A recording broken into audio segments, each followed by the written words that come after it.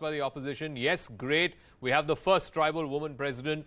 But beyond the symbolism, what does Droupadi Murmu's election actually mean?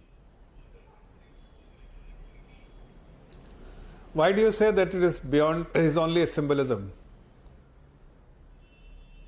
You doubt her credentials and what she brings to the table? Was she not a very good governor of Jharkhand, state of Jharkhand? Has she not demonstrated her abilities as a governor in Jharkhand? She was a cabinet minister. She was an MLA. She was an MLA. What made you pose this question? And what made this opposition? Why opposition is posing this kind of question? She is a very competent lady, but also coming from a tribal community, which has been completely ignored by the successive government of Congress and UPA.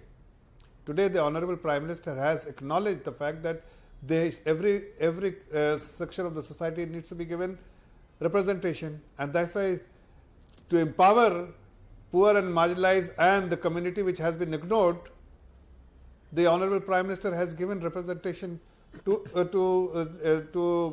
Adivasi community, tribal community, and this particular decision is not only been supported by the people of this great country, but also it has been acknowledged well by the global community. See the response which is coming from different parts of the world.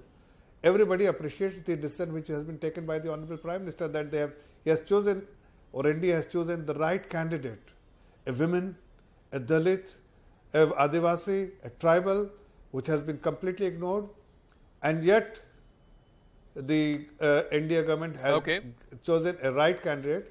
And that is something which has been acknowledged by the world. Okay, let me ask Dr. Anshul But Avijit. Unfortunately, you are questioning. You're questioning beyond the symbolism. One second, Syed Zafar. Anshul Avijit, by questioning the symbolism of Droupadi Murmu's anointment as president or election as president, you're also questioning her credentials. She's a very capable lady. She's been a very successful governor of Jharkhand, and you know, this is a huge moment for people, not just in Odisha, but across the country. You heard my colleague Rupashri speak to us a moment ago. Young girls in schools are saying that if Droupadi Murmu can do it, so can we. Absolutely, Zaka. I mean, before I say anything else, and this question about symbolism of tokenism versus real executive power, real representation is an important one and shouldn't be undermined. But first of all, I think this is an important historic moment. I think this is a fait accompli. She will be the next president. And let me, in that manner, my sincerest sort of congratulations to her. I think this is also, you're absolutely right, this is an inspiring moment for many people, for women, I think, for all Indians, as you rightly put it. But I think that central question, it's not one we have raised. It's a question that has been plaguing us since independence, because social justice is one of the fundamental objectives of many of the framers of the Constitution, and also our politicians, of civil society, of the society on the whole. So what does it mean when you just have symbolism?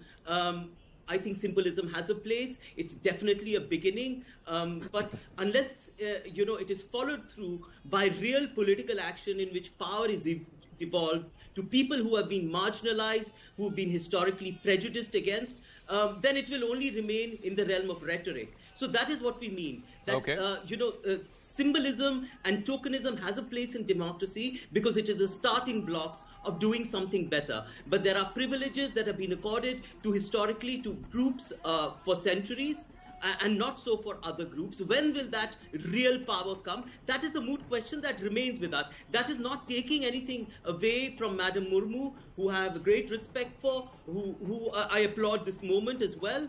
She's going to be the next president. I have nothing but admiration and respect for her. Other questions remain. They will be discussed. We will continue to discuss them. And I think you've raised an important point as well. Shantanu.